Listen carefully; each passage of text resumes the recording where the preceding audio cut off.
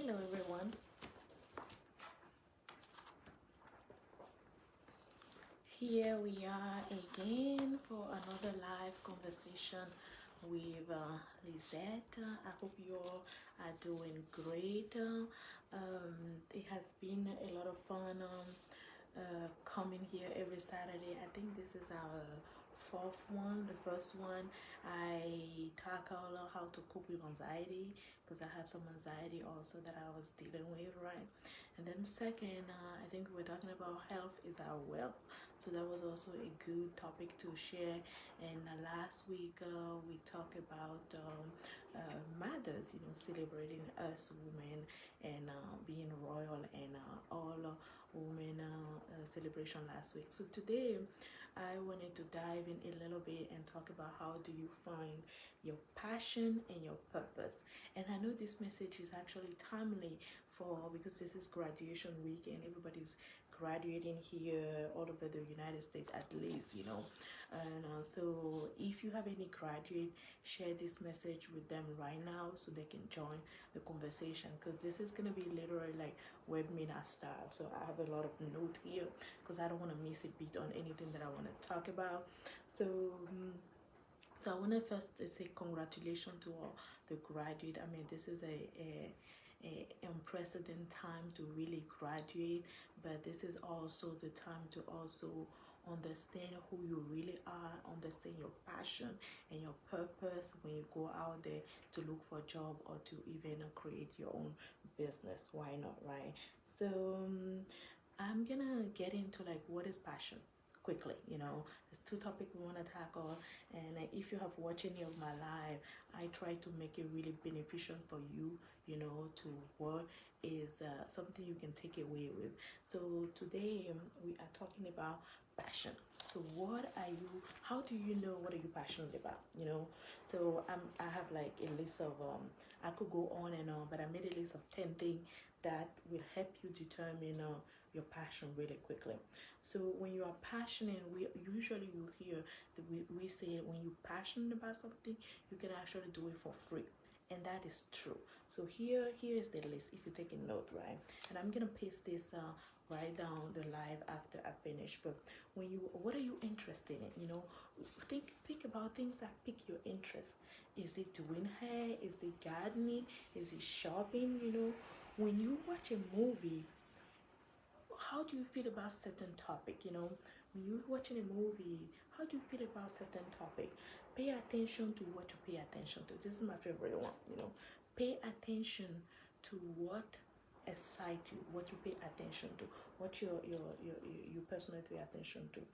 What you tackle, what excites you. When you read something, a headline, and you just feel like you want to jump on it and start working on it or talk about it or want to call your friend about it, that means you're really passionate about it. Watch where you spend time doing. So what do you spend time doing? Reading and watching a lot. Things that you really are passionate about will be things that you really spend time doing and watching and paying attention to. So that's number 5. Number 6, watch what annoy you most of the time. What make you furious? When you're really annoyed and furious about something, that means this is your passion. What do you think? What do you think you're doing? Okay, so this is about what do you think you like to do. You think about it, even in your sleep, you're thinking about it. I should do this, I should help on this project. But then you're like, no, that's not me. I should not be doing this, This is not really in my lane. The more it's coming to you, that means you have to tackle it. That means it's your passion, okay? What do you keep running away from but always find out that you have to be involved with? So maybe there's a topic, maybe there's an organization that you always feel like maybe I should do this, and then somebody call you and say you should get involved with this. That means that's really something that it's part of your passion and you need to get in the business of doing it.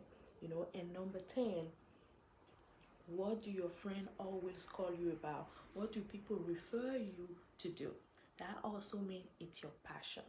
So I just gave you literally 10 lists And that was easy. I can give you 20, I can give 50 lists. When I started making this list, I had almost like 15, but I wanted to shorten it to 10. So things that drive you, things that you are interested about it, no matter what, things that you can try.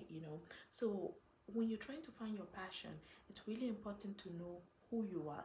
You need to know yourself at the deepest core. And I personally love a lot of personality tests.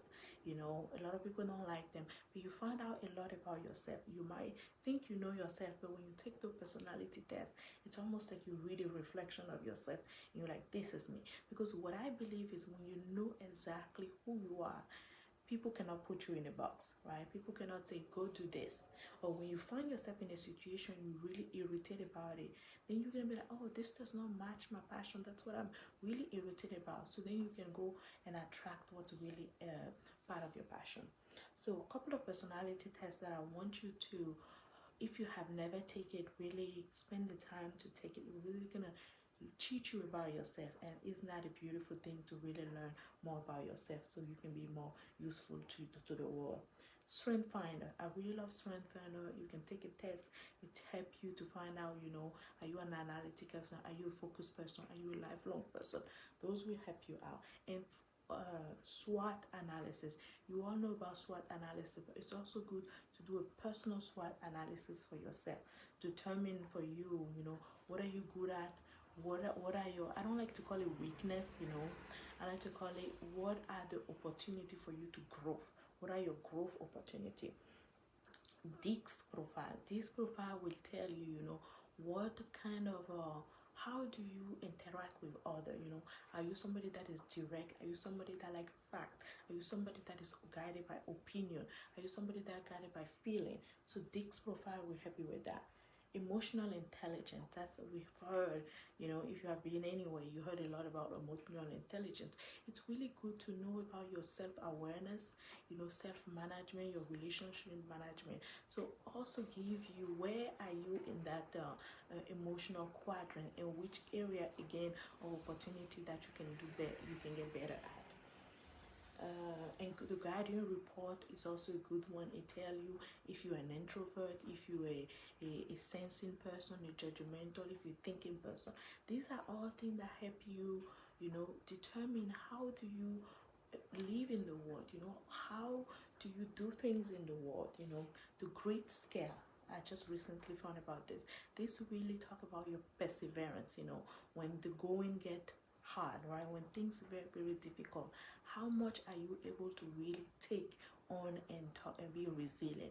And we're gonna talk about resilient in 1 or 2 weeks here. So I'll dive in more into the great scale.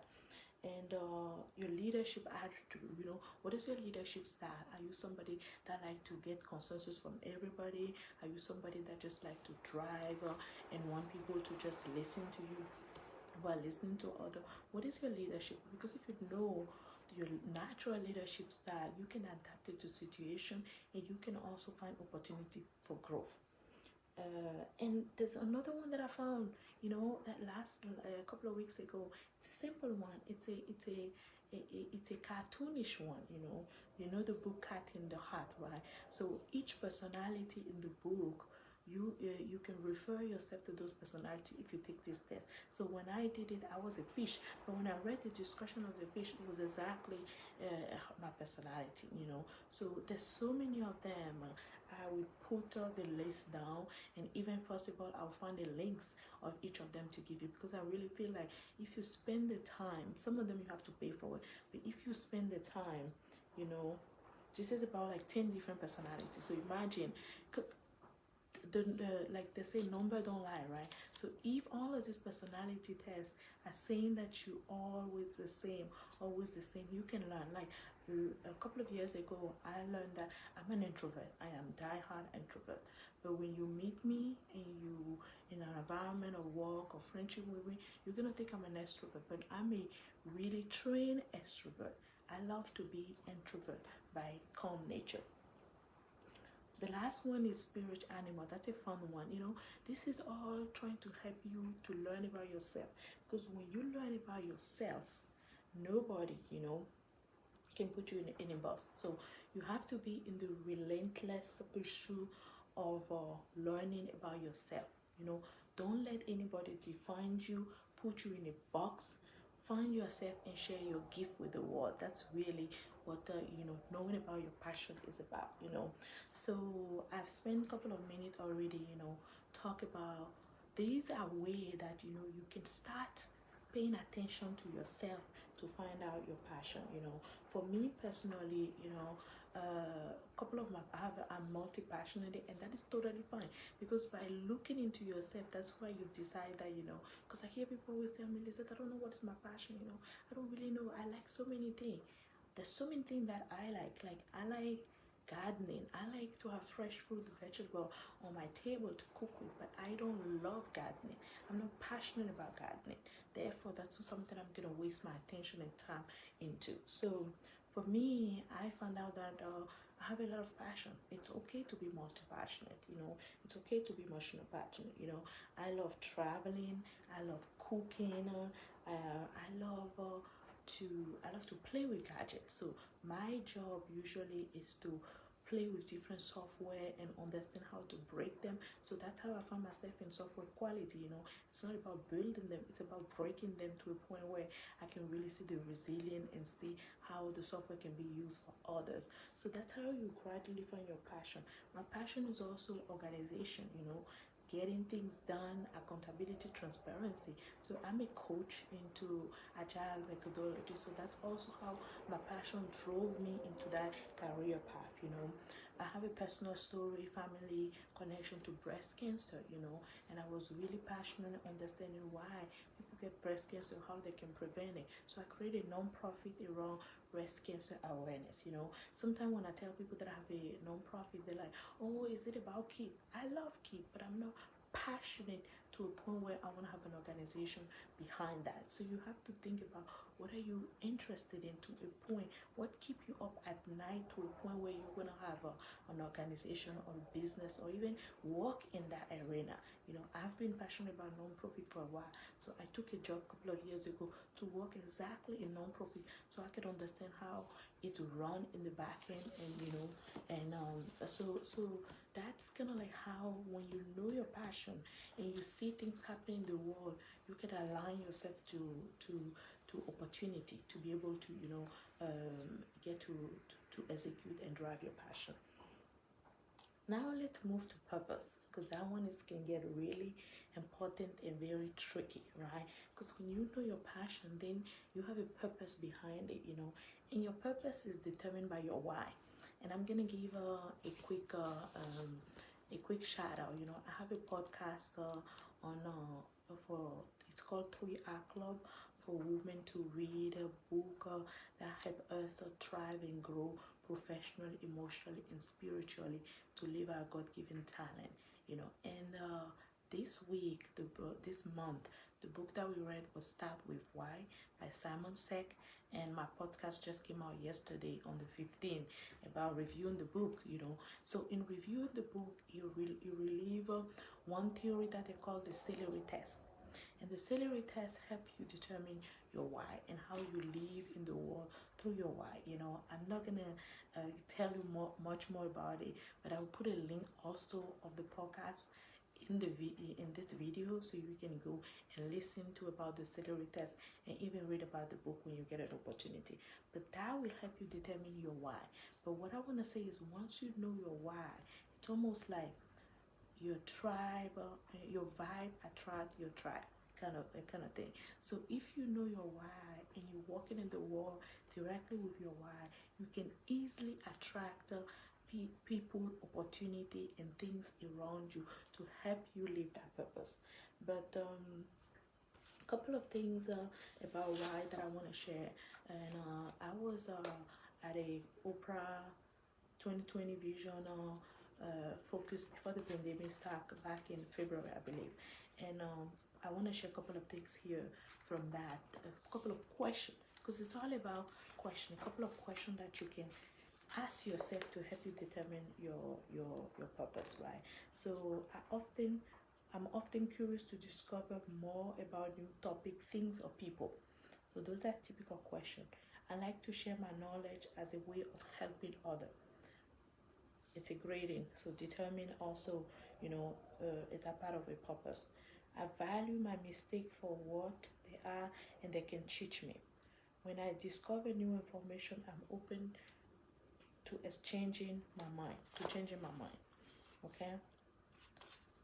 These are a couple of questions also about your work. I care about the work I do, and I try to do it as much as I can. Work is about more than just money for me, you know. The type of work I do line up with my value. So it's also important to determine your value so you can see, is the work you're doing really aligned with your value? Work is an opportunity for me to practice what I'm good at, right? So you have to determine, is the work that I'm gonna do or the work that I'm doing really helping me right now? So let me switch here. This is something that is written in the book that I love. It says, knowing where you are on your journey is a gift. Hi, Elise. Good to see you. It's ground you in the moment and guide you to a hopeful future. Knowing why you are on this path create intention. So that's what I was saying earlier about the celery test, which give you the motivation to take the next right step. So when you know where you are on your journey, it helps you take the next best step. Let me switch to another one. This is a quote that I like. You don't get what you want, you get what you intended to. So that's really the thing behind purpose, right? It's not what you want, but it's really what is your purpose that you will get. And this is the last one that I'll go through. An intention is the first whisper of purpose you bring to what you do or what you say. It's the real motivation behind any action, right? The why behind the why. And the energy driving that motivation is what determines every outcome. So you have to be intentional and really purposeful about everything that you do. And when you listen to that podcast about the celery test, it's really gonna help you, because there's a beautiful story in the book about, the celery test and how we attract things. So we have to be intentional and purposeful so that when you see, let's say, one of the things that they ask you to do in this book is to say a word, a word. And my word was relentless. And I realized that it's my word because I always use it in any quote that I write. Like one of the quotes that I had is, be it the relentless pursuit of yourself. Relentless for me means no matter what, I'm going to get to do what I want to do. If there's something that is in my heart, I'm going to work as hard as possible to do it. So that's my word. You have to find for you, what is your word? An intentional walk in the wood for me is a form of prayer. That's what Oprah said. And I think that's the last one. And this is the last thing that I want to share with you.